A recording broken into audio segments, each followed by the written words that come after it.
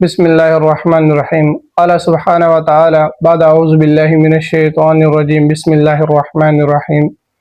هل أتى على الإنسان حين من الدهر لم يكن شيئا مذكورا إنا خلقنا الإنسان من نطفة أمشاج نبتليه فجعلناه سميعا بصيرا إنا هديناه السبيل وإما شاكرا وإما كفورا. وهكذا في مقام آخر الذي خلق الموت والحياة ليبلوكم أيكم أحسن عملا وهو العزيز الغفور. اللہ سبحانہ و تعالی سورۃ تبارک الذی کے اندر ارشاد فرماتے ہیں کہ میں نے ہماری طرف اچھے اعمال کر کے واپس آتا ہے. اس بات کا دیکھو، دنیا کے اندر بہت سے بادشاہ ایسے گزرے جو وقت کے بادشاہ تھے، انہوں نے دعویٰ کیا کہ ہم جو ہے خدا ہیں. انہوں نے ہر ایک چیز کا انکار کیا، انہوں نے اللہ تعالیٰ کو ماننے سے انکار کیا، لیکن وہ لوگ موت کا انکار نہیں کر سکے. کتنے لوگ بادشاہ تھے، اللہ کا انکار کر دیا کہ ہم اللہ کو نہیں مانتے، اللہ نہیں ہے، لیکن انہوں نے موت کا انکار نہیں کیا کہ ہمیں موت نہیں آئی. فرعون کتنا بڑا بادشاہ گزرا ہے اپنے وقت کا، اللہ تعالیٰ نے کتنی اس کو نعمتوں سے نوازا، مال بھی اس کے پاس، اسباب بھی اس کے پاس، چیزیں عہدے ہر چیز موجود ہے، لیکن زندگی میں اللہ کے احکام نہیں ہے. اللہ نے مال اسباب کے ہوتے اس کو ناکام کر دیا. اور اسی طرح نمرود ہے، وہ بھی وقت کا بادشاہ ہے. کہتے ہیں نمرود کے پاس جب کوئی شخص جاتا اپنی حاجت کے لیے تو نمرود کہتا پہلے مجھے سجدہ کرو، اس کے بعد میں آپ کی حاجت کو پوری کروں گا. اتنا تکبر تھا اس کے اندر. لیکن اللہ تعالیٰ نے صرف ایک لنگڑے مچھر کے ذریعے جو ہے اس کو ہلاک کر کے دکھایا. جب اس کے ناک کے ذریعے سے لنگڑا مچھر اندر چلا گیا تو اب جب وہ حرکت کرتا اس کو تکلیف ہوتی تھی، لیکن جب وہ اپنی مجلس کے اندر بیٹھا ہوتا تھا، اب جب وہ اس کے پاس حاجت کے لیے آتا تو وہ مچھر جو ہے اللہ کے حکم سے اندر جو ہے حرکت کرتا. جب وہ حرکت کرتا تو اس کو تکلیف ہوا کرتی تھی. تو تکلیف ہوتی تو جو آنے والا جو ہوتا تھا، جو اس کے پاس اپنی حاجت کو لے کر آتا تھا، اب وہ اسے کہتا تھا کہ پہلے مجھے سر میں جو ہے جوتیاں مارو، اس کے بعد میں آپ کی حاجت کو پورا کروں گا. تو کہتے ہیں اسی طرح اللہ تعالیٰ نے 400 سال تک اسے جو ہے نا تخت پہ بٹھا کر جو ہے اسے ہلاک کر دیا. اللہ تعالیٰ نے کہ مال بھی نہیں چھینا، اسے مال موجود ہے، اس کے پاس اسباب بھی نہیں چھینا، اسباب بھی موجود ہیں اس کے پاس، سب چیزیں اللہ تعالیٰ نے اس کے پاس جو ہے نا اسی کے پاس تھی، لیکن اللہ تعالیٰ نے مال اسباب کے ہوتے اس کو ناکام کر دیا. جسے اللہ تعالیٰ عزت دے دے پھر اسے کوئی ناکام نہیں کر سکتا، جسے اللہ تعالیٰ ناکام کر دے پھر اسے کوئی کامیاب نہیں کر سکتا. حضرت بلال حبشی رضی اللہ تعالیٰ عنہ غلام ہے، لیکن فرق تھا غلامی کے اندر. پہلے لوگوں کی غلامی کے اندر تھے، پھر اللہ کے نبی صلی اللہ علیہ وآلہ وسلم کی غلامی میں آ گئے.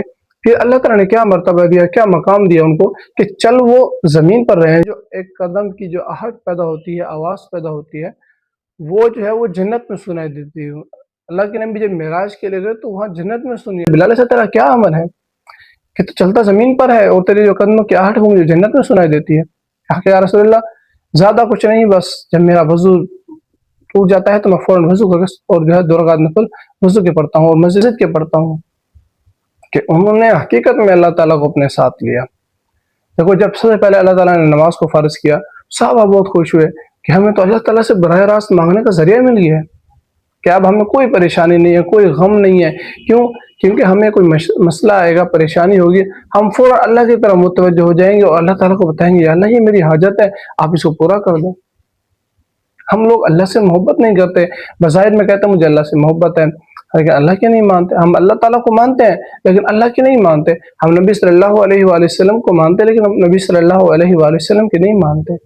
یہ کتنے افسوس کی بات ہے کہ انسان جس سے محبت کرتا ہے اس کے طریقے اپناتا ہے، اس جیسا جو ہے وہ کام کرتا ہے. ہم نبی کے پیروکار ہیں، ہم ان سے محبت کرتے ہیں تو ہمیں چاہیے کہ ہم ان کے جیسے انہوں نے زندگی بسر کی ہم بھی اس طرح زندگی بسر کر گزر جاتے تھے. اللہ کے نبی کے گھر میں چولہا نہیں چلتا تھا، کھانے کے لیے نہیں، مشقت کے اندر زندگی گزار گئے. نبوت کے بعد 23 سال تک اسی امت کے لیے. آج ہمارے گھروں میں فوت کی ہوتی ہے 3 دن، 3 دن ہمارے گھر والے روتے ہیں، آخر ان کے بیان سے خوش ہو جاتے ہیں. لیکن ہمارے نبی صلی اللہ علیہ وآلہ وسلم اپنی امت کے لیے 23 سال تک روتے رہے، اللہ میری امت، اللہ میری امت. کہ اپنی امت کی فکر تھی جو ہے کہ کیسے میرا ہر ایک امت جہنم کی آگ سے بچ کر ہمیشہ ہمیشہ کی جنت میں چلا جائے. اللہ کے نبی کی مجلس میں لڑکا آیا کرتا تھا وہ کافر، لیکن وہ آیا کرتا تھا اللہ کے نبی کے مجلس میں. تو کچھ دن گزرے، اللہ کے نبی نے دیکھا کہ وہ لڑکا نہیں آتا. اللہ کے نبی نے فرمایا کہ وہ لڑکا کدھر ہے؟